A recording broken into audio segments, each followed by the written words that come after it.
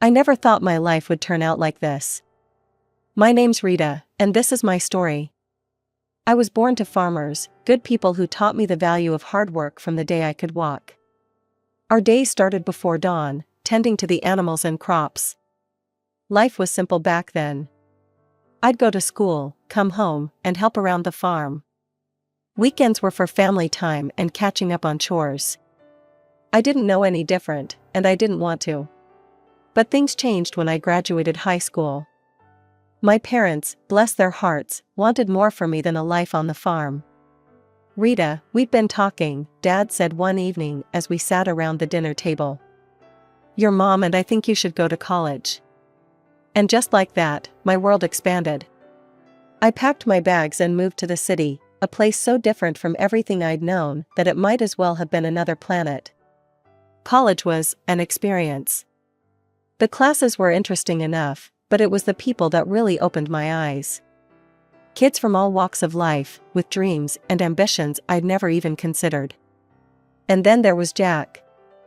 I met him in my second year. He was charming, confident, and so different from the farm boys back home. Jack knew exactly what he wanted from life, or so I thought. "Life's too short to waste it working yourself to the bone," he'd say, lounging on the grass outside the library. "We should enjoy ourselves while we're young." I was smitten. Here was someone who saw life as an adventure, not just an endless series of chores. We started dating, and before I knew it, we were talking about marriage. When I told my parents, they were cautious. They wanted to meet Jack, to get to know the man who'd stolen their daughter's heart. "He seems nice enough," Dad said after Jack's first visit to the farm. "But there's something, I don't know." "Just be careful, Rita." I brushed off his concerns. What did my old-fashioned father know about modern love? Jack was perfect, and we were going to have a perfect life together. My parents, bless them, paid for our wedding and even bought us an apartment in the city. "We want you to have a good start," Mom said, her eyes misty. "Thanks, Mom, Dad," I said, hugging them tight. "I promise I'll make you proud." As Jack and I stood at the altar, exchanging vows and rings, I thought my life was set. I had a husband who loved me, a good job in the city, and a bright future ahead. The first couple of years of our marriage were, well, I thought they were good. Jack and I both had jobs in the city, and we settled into a routine. But looking back, I can see the cracks that were forming even then. "Rita, do we have to go to your parents' farm this weekend?" Jack would whine every time I suggested a visit.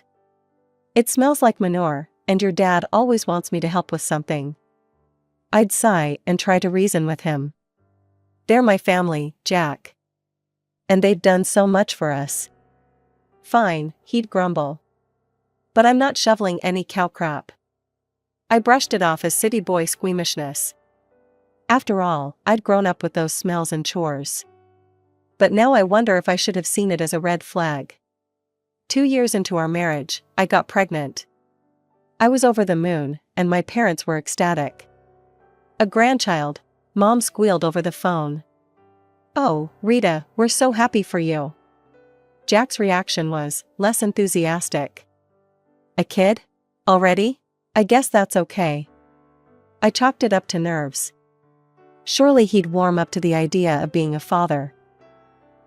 My parents, bless their hearts, continued to support us. They bought us a car, paid for vacations. I was grateful, but Jack seemed to take it all for granted. "Of course they're helping us," he'd say. "That's what parents do." When our son, Tommy, was born, I fell in love all over again.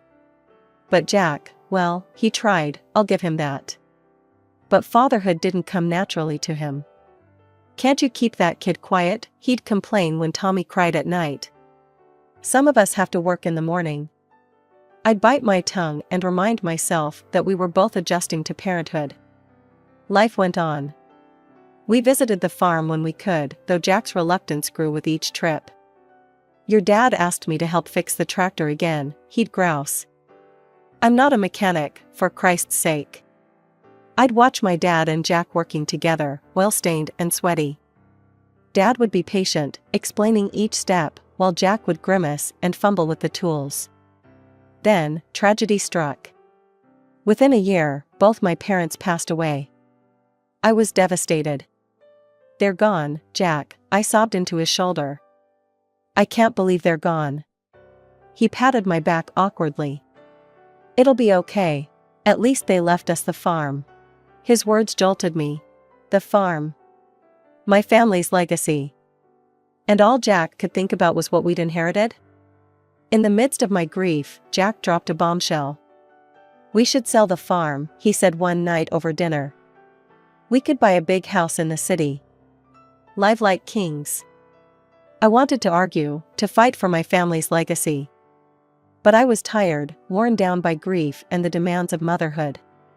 And wasn't a wife supposed to support her husband's decisions? "Okay," I said quietly. "If you think it's best." And just like that, with a few signatures on some papers, my family's history was sold off to the highest bidder. The money went into our joint account, and Jack was like a kid in a candy store. "We're set for life, Rita," he crowed. "No more slaving away at work. We can do whatever we want." I nodded and smiled, trying to ignore the hollow feeling in my chest. This was what Jack wanted, and I was his wife. I had to support him, right? Life after selling the farm was different. The money from the sale cushioned us nicely, I'll give Jack that. We didn't have to work as hard anymore. We both cut back to part-time hours, and for a while, it felt like we were living the dream. But as the years went by, I started noticing things. Jack, who'd never been a hard worker to begin with, seemed to lose all motivation. He'd quit jobs at the drop of a hat, always with some excuse. "That boss was a jerk," he'd say, or "they expected too much." "I'm not a slave, you know." I'd try to reason with him. "Jack, we can't live off the farm money forever. We need to think about our future." He'd wave me off. "Relax, Rita. We're set for life. Why work ourselves to death?" Meanwhile, our son Tommy was growing up fast. He graduated high school, then college, and before I knew it, he was working and living on his own. I was proud of him, but I missed having him around. Then one day, I was flipping through the newspaper when a name caught my eye. It was an article about a successful concrete production plant, owned by none other than Jack's uncle, Robert.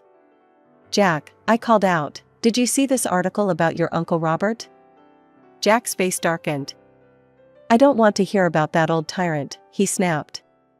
I knew the story, or at least Jack's version of it. How his parents had died when he was young, leaving him in the care of his uncle. How Robert had been overbearing and controlling, trying to force Jack into the family business. "He never listened to what I wanted," Jack had told me years ago. "It was always about what he thought was best. So I left.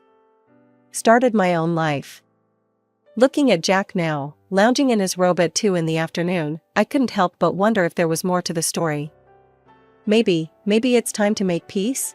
I suggested gently. "It's been years, Jack. People change." Jack's reaction was explosive. "Make peace?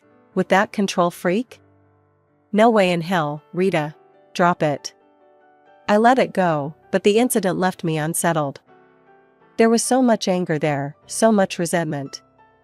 It made me wonder what else Jack was carrying around, what other parts of himself he was hiding.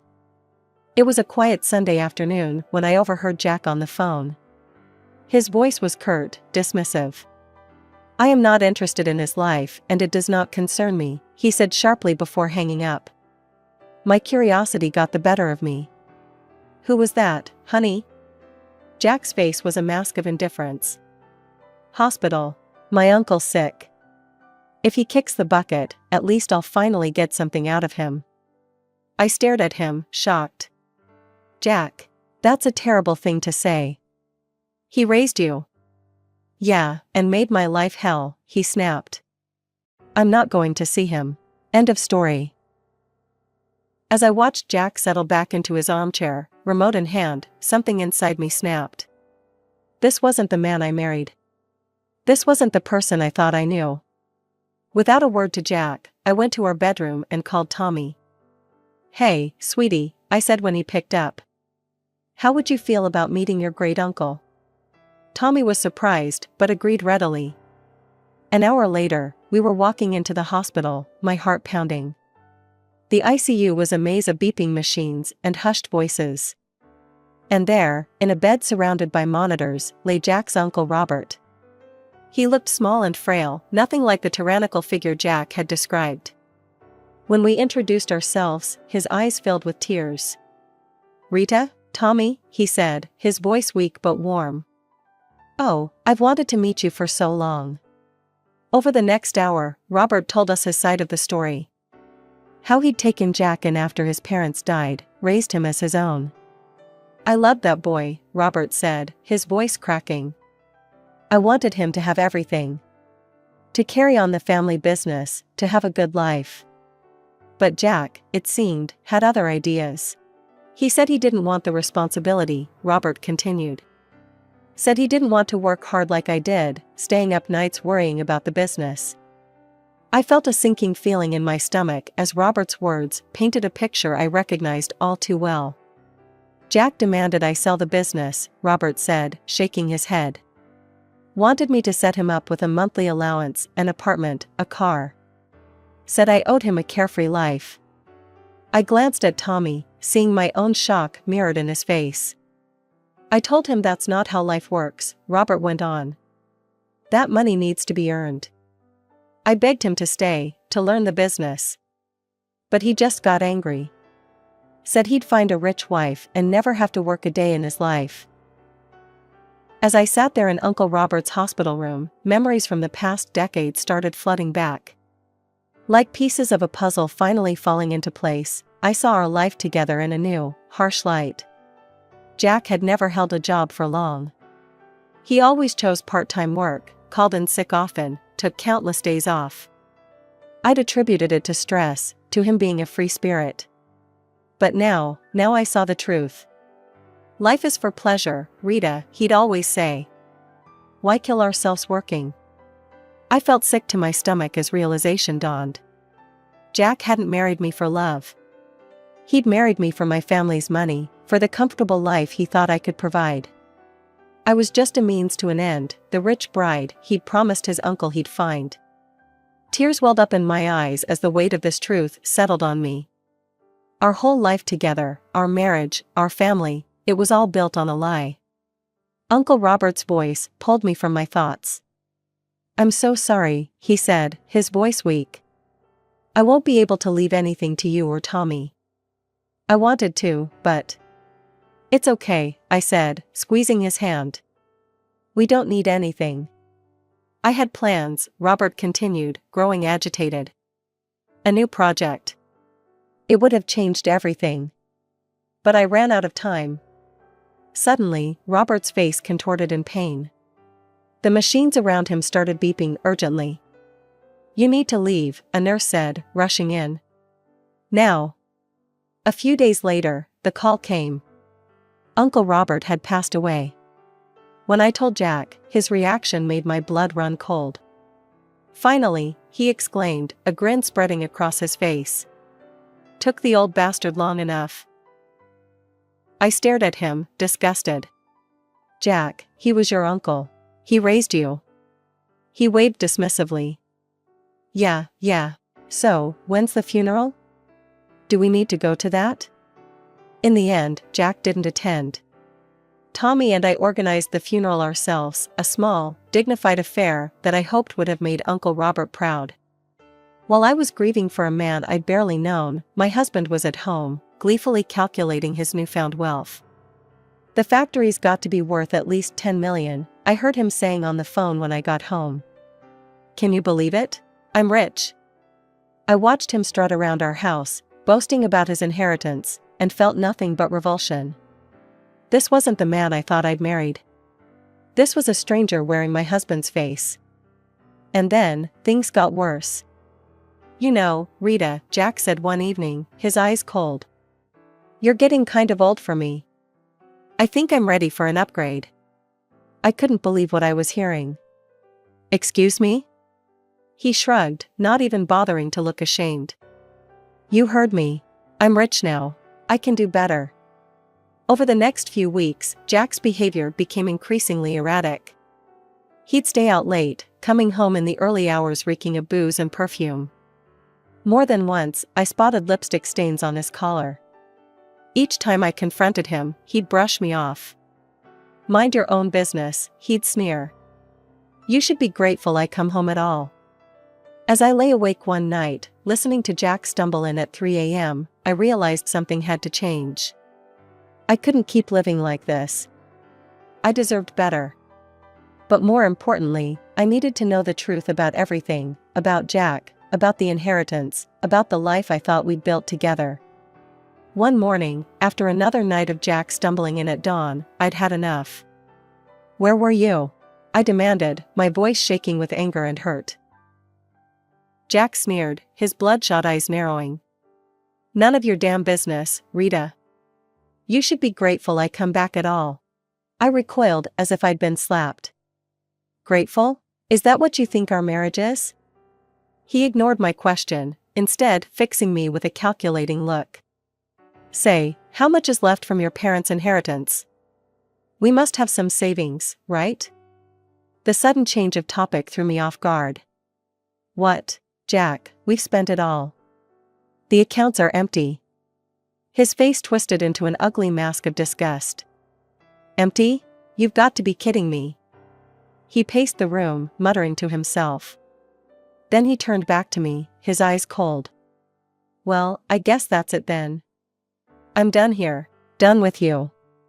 Before I could respond, the front door opened. Tommy walked in, his eyes widening as he took in the scene. Jack's demeanor changed instantly. He plastered on a fake smile and approached our son. Tommy, my boy.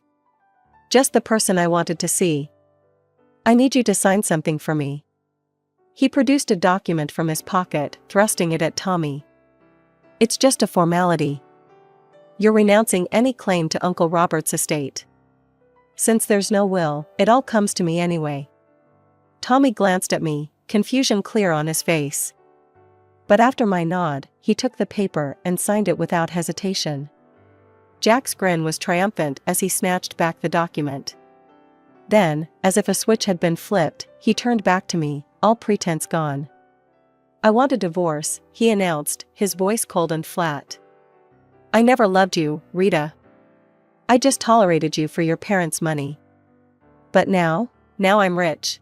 I don't need you anymore. The words hit me like physical blows. Even though I'd suspected, hearing it laid out so brutally. I'm moving to Uncle Robert's house, Jack continued, already pulling out a suitcase. Don't try to contact me. It's over. And just like that, he was gone. 30 years of marriage, packed away in a suitcase, and walked out the door. I stood there, frozen, trying to process what had just happened. It felt surreal, like a bad dream I couldn't wake up from. Mom? Tommy's voice was soft, concerned. Mom, are you okay? I turned to my son, my rock, and felt the dam break. Tears streamed down my face as Tommy wrapped his arms around me. It's okay, Mom, he murmured, holding me tight. We'll get through this. You're strong. You'll be okay. As I clung to my son, sobbing into his shoulder, a small part of me marveled at the man he'd become. Kind, compassionate, everything his father wasn't. And I realized something. You're the best thing he ever did, I whispered to Tommy. The only good thing to come out of this marriage. Tommy squeezed me tighter, and in that moment, I knew that no matter what happened next, I wasn't alone. I had my son, and together, we'd face whatever came our way. The weeks following Jack's departure were a blur of pain and disbelief. I tried to keep my head high, to focus on moving forward, but it wasn't easy. Especially when Jack seemed determined to flaunt his new life in my face. It started with the Facebook posts. Pictures of Uncle Robert's mansion, now Jack's new home, flooded his timeline. I tried to ignore it, to focus on healing, but then the photos changed. A young woman started appearing in them. Blonde, beautiful, barely older than our son. In one photo, Jack had his arm around her, both of them grinning at the camera. The caption made my stomach churn. "Meet my fiancé, Candy. Upgrade complete." The call started almost immediately. Friends, acquaintances, even Tommy's old school teachers. All of them asking questions I didn't want to, answer. "Rita, dear, is everything okay? We saw Jack's posts, what's going on? Are you and Jack really?" I couldn't take it anymore. The humiliation, the constant reminders of Jack's betrayal, it was too much. So I did something I never thought I'd do. I called Jack and asked to meet, after consulting with a lawyer. The day of the meeting arrived. I waited at our old favorite cafe, divorce papers in hand. Jack swaggered in, Candy on his arm. She couldn't have been more than 25, her face caked with makeup, giggling at something Jack whispered in her ear. Well, Jack sneered, pulling out a chair for Candy. "If it isn't the old ball and chain. Candy, honey, meet Rita, the starter wife." Candy gave me a pitying look that made my blood boil. But I kept my cool. "I have the divorce papers here," I said, sliding them across the table. "I'm not asking for much. Just the house. You can keep everything else." To my surprise, he picked up the pen without argument. "Fine. Have your little house. I've got bigger and better things now." He scrawled his signature across the documents. He turned to Candy, his voice sickeningly sweet. "Now I can finally be with someone I truly love. Someone worthy of me." I gathered the papers, my hands shaking slightly. As I walked out of the cafe, I heard Jack's mocking laughter behind me. But I didn't look back. I had what I came for. The next day, I filed for divorce. As I handed over the papers to the court clerk, I felt a weight lift off my shoulders. For the first time in months, I felt like I could breathe again. Life has a funny way of serving up justice when you least expect it. For me, it came in the form of a headline splashed across the local newspaper. "Local business tycoon's empire crumbles, nephew left with massive debt." It turned out that Uncle Robert had taken out an enormous loan just before his death, hoping to expand the business.